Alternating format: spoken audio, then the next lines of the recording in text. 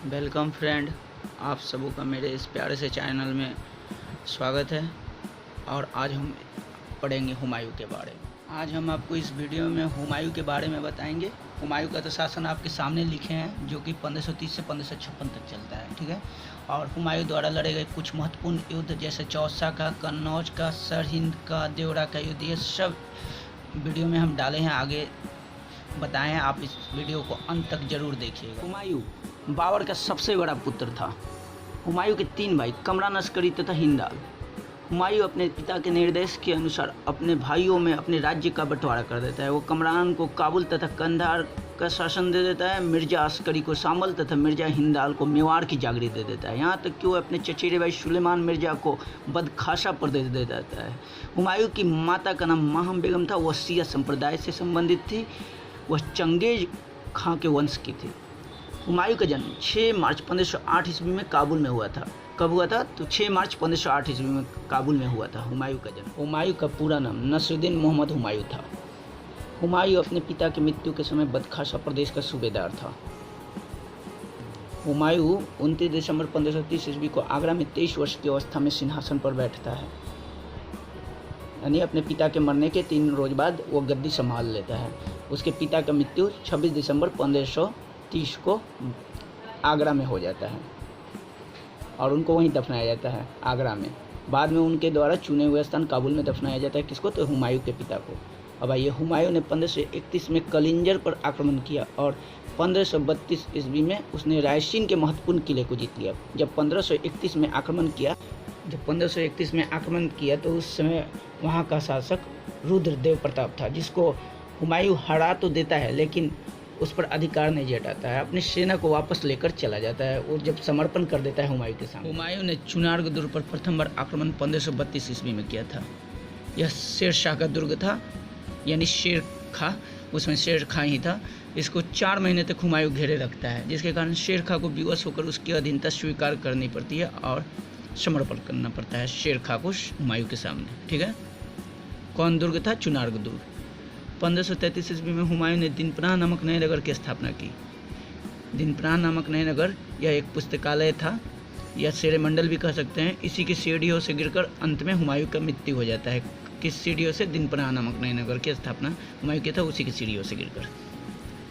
1532 ईस्वी में हुमायूं ने गोमती के तट पर स्थित देवरा नामक स्थान पर अफगान विद्रोहियों को परास्त किया था। किस नदी के तट पर? तो गोमती नदी के तट पर अफगान विद्रोहियों को परास्त किया था, ठीक है, हुमायूं। चौसा का युद्ध 25 जून 1539 ईस्वी में शेर खां तथा हुमायूं के बीच हुआ था। इस युद्ध में शेर खां विजयी हुआ था। इस युद्ध के बाद शेर खां शेर शाह की पदवी ग्रहण की थी। किस युद्ध के बाद? तो चौसा के युद्ध के बाद शेर खां ने शेर शाह की पदवी ग्रहण की थी।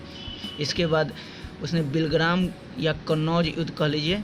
बात देखिए, यह 17 मई 1540 ईस्वी को शेर खां एवं हुमायूं के बीच हुआ था। इस युद्ध में भी विजयी शेर शाह होता है। इस युद्ध के बाद शेर शाह की शक्ति में वृद्धि हो जाता है। वो अपने नाम का खुतबा पढ़वाता है और बिलग्राम युद्ध के बाद शेर शाह दिल्ली एवं आगरा पर आसानी से अधिकार कर लेता है, ठीक है। यह युद्ध 17 मई 1540 ईस्वी को हुआ था। आगे तो बताया ही है, 17 मई 1540 ईस्वी को बिलग्राम युद्ध हुआ था और शेर शाह एवं हुमायूं के बीच हुआ था, जिसमें शेर शाह विजयी हुआ था और आसानी से आगरा एवं दिल्ली पर अपना अधिकार जता लेता है। इसी युद्ध के बाद हुमायूं सिंध चला जाता है। कहाँ चला जाता है? सिंध चला जाता है, जहाँ वह 15 वर्षों तक इधर उधर भटक कर जीवन व्यतीत करता है। बिलग्राम युद्ध के बाद हुमायूं 15 वर्षों तक केवल घूमता रहता है, जीवन व्यतीत करता है सिंध जाकर। इन्हीं 15 वर्षों के बीच वह हुमायूं फारस के आध्यात्मिक गुरु अली अकबर जामी की पुत्री हमीदा बानो बेगम से निकाह कर लेता है, ठीक है। कहाँ के गुरु? तो फारस के आध्यात्मिक गुरु थे, जिनकी पुत्री हमीदा बानो बेगम से हुमायूं निकाह कर लेता है। और 1541 में आगे चलकर हमीदा बानो बेगम के से ही अकबर जैसे महान सम्राट का जन्म होता है कालांतर में। 1555 ईस्वी में हुमायूं शेर शाह का अधिकारी सिकंदर को परास्त कर दिल्ली की गद्दी पर पुनः अपना अधिकार जमा लेता है, यानी खोया साम्राज्य को पा लेता है। कब? जब निर्वासन का समय काट कर आता है 1555 में वह दिल्ली पर अधिकार करने के लिए तैयार होकर आता है और युद्ध करता है। किससे? तो सिकंदर से, जो शेर शाह का अधिकारी था। उसको परास्त करता है और अपना खोया साम्राज्य। 1556 को हुमायूं अपने द्वारा बनाए दिनपनाह नामक नए नगर के पुस्तकालय की सीढ़ियों से गिरने के कारण उसकी मृत्यु हो जाती है। मतलब 1 जनवरी 1556 को गिरता है तो उसी दिन नहीं मरता है, कुछ दिनों तक बीमार रहता है। मेरे बात को समझिएगा, ठीक है, कुछ दिनों तक वो बीमार रहता है। उसकी मृत्यु 27 जनवरी 1556 को होती है और यह ज़्यादा दिनों तक अपना खुशी नहीं मना पाता है, क्योंकि वो 1555 में सिकंदर को हराया था और दिल्ली और आगरा पर आसानी से अधिकार किया था, मगर खुशी नहीं मना पाया क्योंकि बीमार पड़ जाता है गिरकर और उसके बाद उसका देहांत हो जाता है। हुमायूंनामा जो उसकी बहन गुलबदन बेगम थी, हुमायूंनामा की रचना की थी। कौन की थी? तो गुलबदन बेगम, हुमायूं की बहन हुमायूंनामा लिखी थी। इसमें वह बहुत सारे बात को लिखी थी, हुमायूं के बारे में बताई थी, उसके खमियों को भी बताई थी, उसके खूबियों को भी बताई थी। गुलबदन बेगम थी, ठीक है, हुमायूंनामा में लिखी थी। दिल्ली सल्तनत के प्रभाव के उपरांत हुमायूं द्वारा सर्वप्रथम स्वर्ण मुद्रा का प्रचलन किया गया था।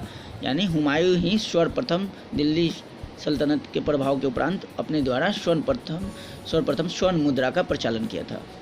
हाजी बेगम ने अपने पति हुमायूं के मकबरे का निर्माण दिल्ली में 1564 ईस्वी में प्रारंभ करवाया था। हाजी बेगम हुमायूं की पत्नी थी जो हुमायूं के मकबरे को 1564 ईस्वी में प्रारंभ करवाया था।